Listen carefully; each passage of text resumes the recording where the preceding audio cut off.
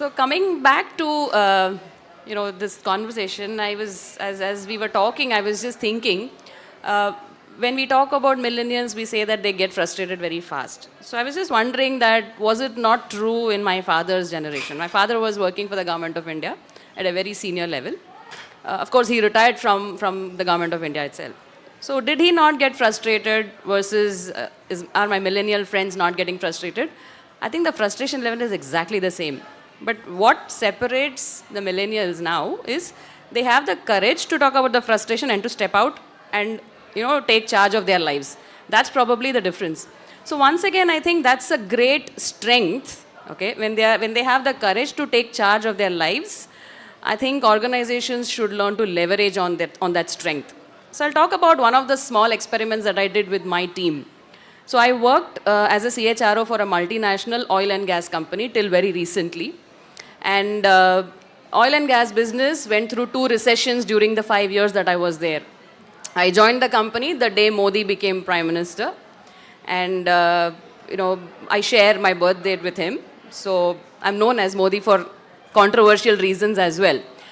So one of the first things that I did there was to bring in a lot of interns into the system, especially in the HR team.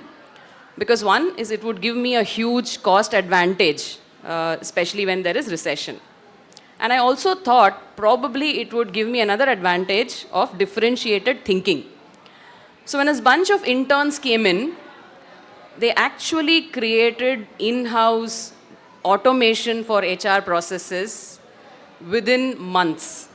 There was a complete transformation that happened within the way HR functions. Suddenly, we found that we were able to operate with a very lean HR team. The overheads just came down drastically. And I got the best of my interns to make a presentation to the board as to what they have done to turn around the business to bring the overheads down. So all that I did there was to let them analyze the situation, let them take a decision, and also gave them all the credit to own that decision and whatever they have done. And when they presented it to the board, obviously it made a huge difference. So they didn't look for instant gratification. Actually, it came, by the way, because I understood that they deserve it, it came. But all that they looked for is the space within which they can operate with freedom.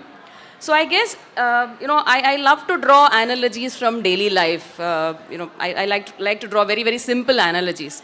So like I said, the first one is treat them as adults. I think the second simple message I want to give is organizations and managers should be like the seat belt for millennials.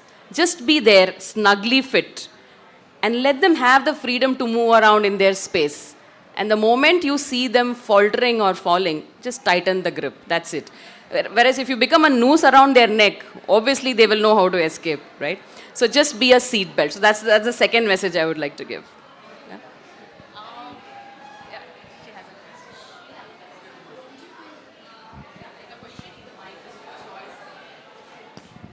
I'm glad that you gave the example actually so that we can relate to.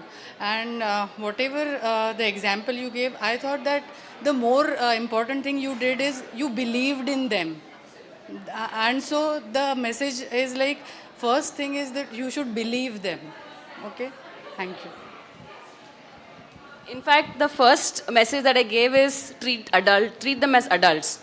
So when you're in transactional analysis, adult conversations are nothing but something that evolves out of trust. So the underlying thing is trust, and that's why when you have trust on somebody, you will become a seat belt. When you don't trust, you'll become a noose around the neck. So you got it right, bang on. Thank you.